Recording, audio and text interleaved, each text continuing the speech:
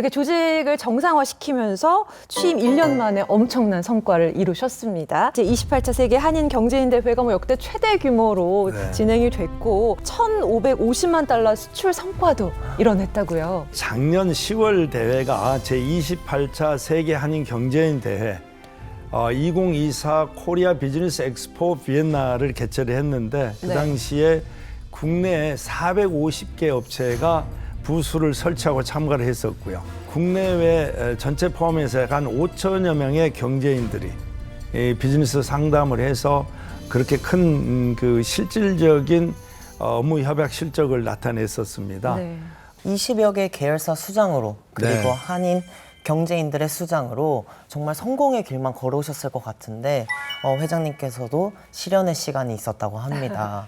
바로 오스트리아 법인장 근무 2년 만에 갑자기 실업자가 되셨다고요. 1996년도에 제가 한국의 모 대기업의 이제 그 법인장으로 오스트리아 비엔나에 발령이 나서 갔는데 뭐 잘 아시다시피 1997년도 8년도에 우리 이 한국의 금융 위기를 맞아서 IMF 지원을 받을 때 네. 정말 모든 변화가 있었잖아요. 그래서 제가 근무했던 그 회사도 이제 다른 회사와 통폐 파입이 되다 보니 미처 아무것도 준비 못한 상태에서 저도 이제 소위 말해서 실업자가 된 거죠.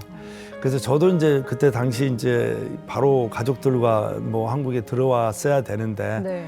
그때 한국 사정도 정말 어려웠잖아요. 많은 분들이.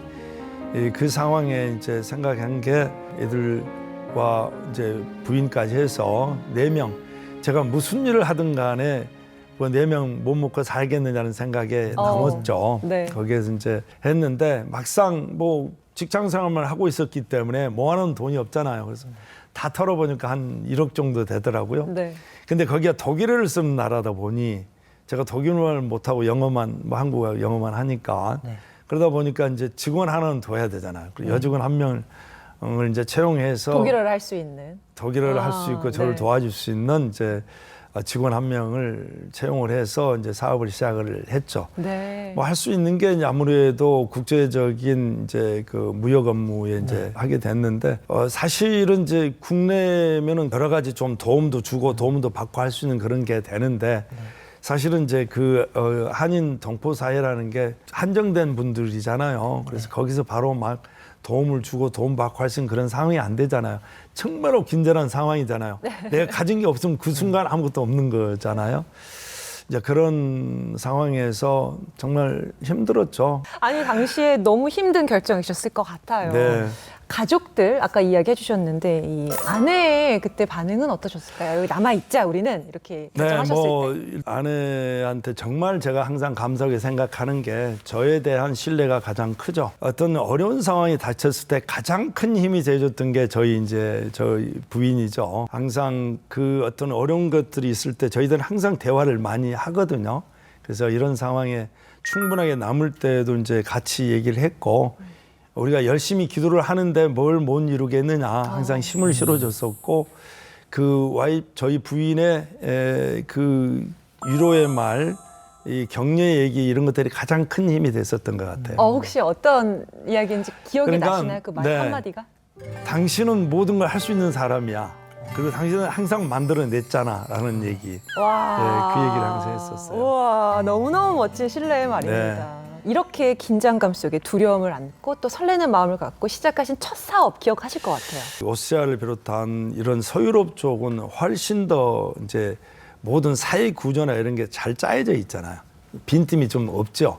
특히 이제 동양인들이 와서 비즈니스를 하는 데 있어서는 이제 틈이 훨씬 더 어렵다고 봐야 되겠죠. 네. 반면에 1990년대 초에 이제 그 옛날 구소련 체제가 무너지면서 동유럽 쪽은 그나마 조금은 이제 그 자본주의의 이제 그 시작 단계에 있었기 때문에 아무래도 동유럽이 이제 우리 동양인으로서 사업하는 데 있어서는 조금 더 수월한 점이 있었었죠.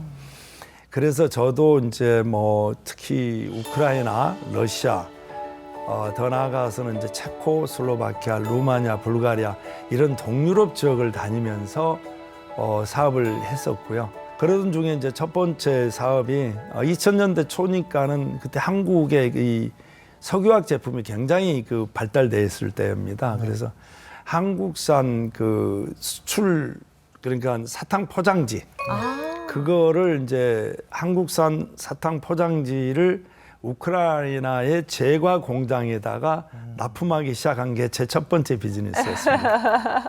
회장님을 성장시키는데 원동력은 바로 신뢰라고 하셨는데요. 네. 그 신뢰를 지키기 위해서 2년간 어마어마한 금액을 갚으셨다고요? 이제 한국에서 그 사탕 포장 인쇄까지 다 해서 컨테이너를 이제 통해서 우크라이나에 공급을 했는데 네.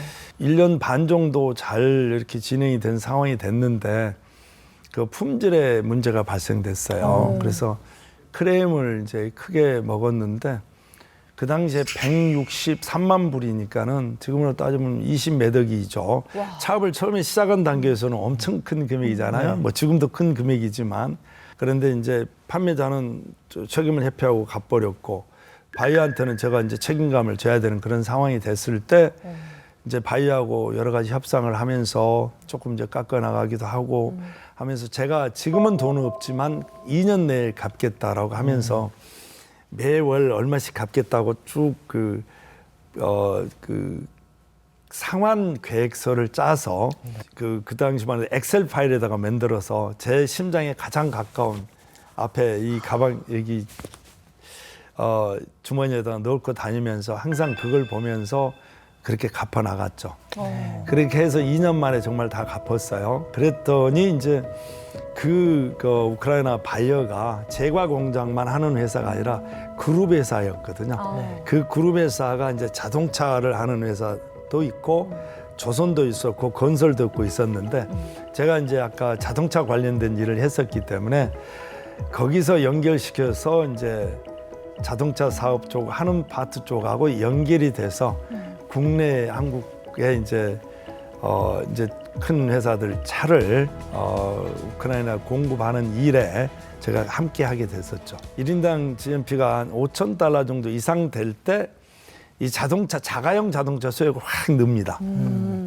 그때 마침 우크라이나 그렇게 자가용 자동차 수요가 늘다 보니 네. 한국산 자동차의 수요가 되게 이제 많아지고 급속도로 늘어나는 과정에 이제 우크라이나만 하더라도 이제 여러 가지 구매하는 사람 입장에서는 자동차 사업이라는 게 금액이 크잖아요. 네. 이제 그분들이 직접 바로 돈을 다 주고 사기가 어려운 상황에 더 사고는 싶은데 돈이 이제 한계가 있는 상황에 제가 이제 그 뱅크 오스트리아하고 협의를 해서 이제 그분들한테 금융을 일으켜주게 된 거죠.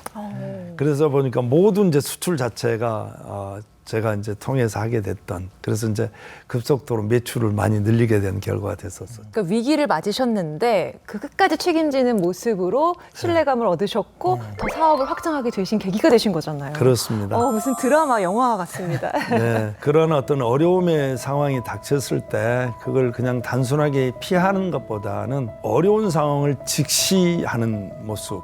그러니까 소나기가 막 쏟아진다 그러면 바보같이 소나기 맞을 수는 없잖아요. 소나기가 쏟아지면 소나기는 일단은 피하는 것이지만 그 소나기를 정확히 보는 그런 자세. 그게 중요한 것 같더라고요. 어떤 어려움이 확 닥쳐왔을 때 온몸으로 맞이할 수는 없으니 살짝 벗어나긴 하지만 그러나 그걸 정확히 쳐다보면은 분명히 그게 답이 있는 것 같더라고요. 네. 네, 그런 마인드로 저는 살아왔습니다.